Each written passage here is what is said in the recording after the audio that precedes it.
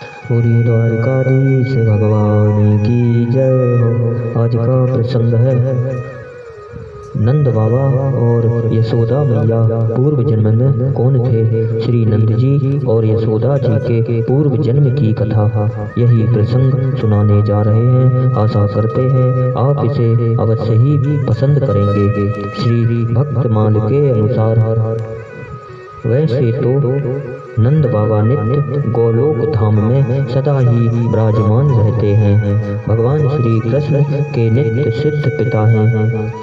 तब जब भी श्याम सुंदर को पृथ्वी पर आना होता है तब गोप गोपियाँ गायें और पूरा ब्रजमंडल नंद बाबा के साथ पहले ही पृथ्वी पर प्रकट हो जाता है। किंतु जब भी इस प्रकार के भगवान के नित्य जन पृथ्वी पर पधारते हैं कोई न कोई जीव जो सृष्टि में उनका अंश रूप होता है उनसे एक हो जाता है।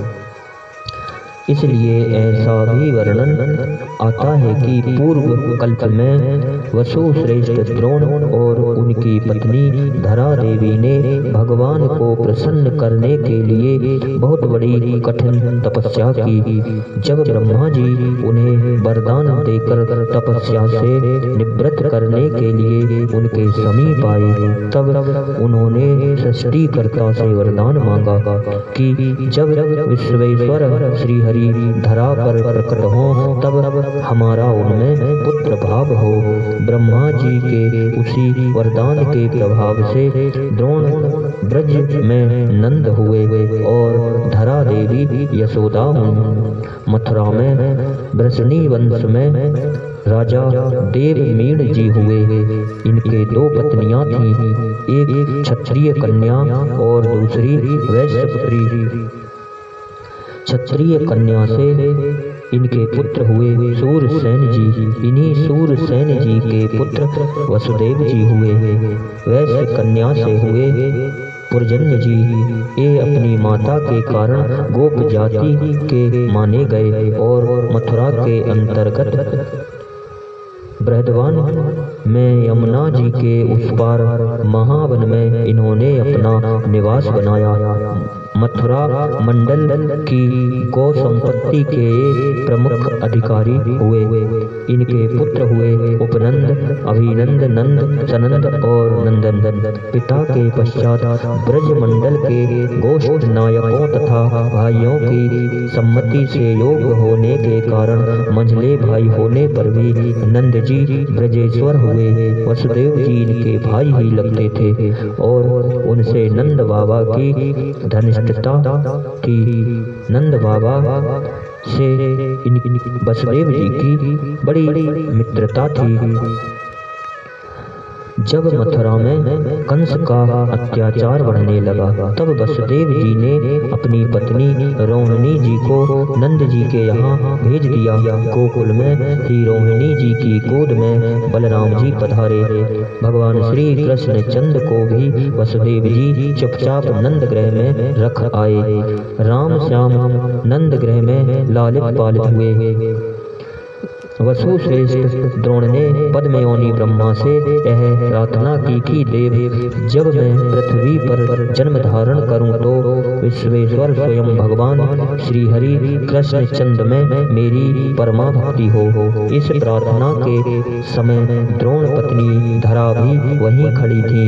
धरा ने मुझसे कुछ नहीं कहा पर उनके अणु अणु में भी यही अभिलाषा थी कि मन ही मन धरा भी पद्मयोनि से यही मांग रही थी कि पद्मयोनि ने कहा कि तथास्तु ऐसा ही होगा। इसी बर के प्रताप से धरा ने ब्रजमंडल के एक सुमुख नामक गोप एवं उनकी पत्नी पाटला की कन्या के रूप में भारतवर्ष में जन्म धारण किया।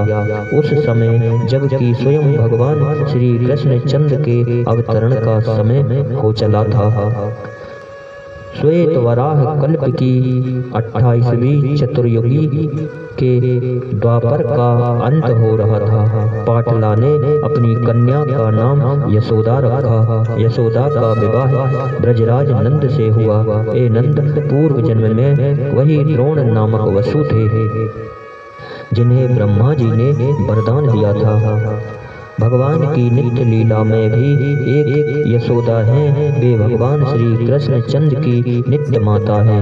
वात्सल्य रस की धनीभूत मूर्ति हे यशोदा रानी सदा भगवान को वात्सल्य रस का आस्वादन कराया करती हैं। जब भगवान के अवतरण का समय हुआ तो इन चिदानंदमयी वात्सल्य रसमयी यशोदा का भी इन यशोदा पूर्व जन्म की धरा में ही आवेश हो गया। पाटला पुत्री यशोदा नित्य यशोदा से मिलकर एक हो गई तथा इन्हीं यशोदा के पुत्र के रूप में आनंद कंद परब्रह्म पुरुषोत्तम स्वयं भगवान श्री कृष्ण चंद्र अवतरीण हुए।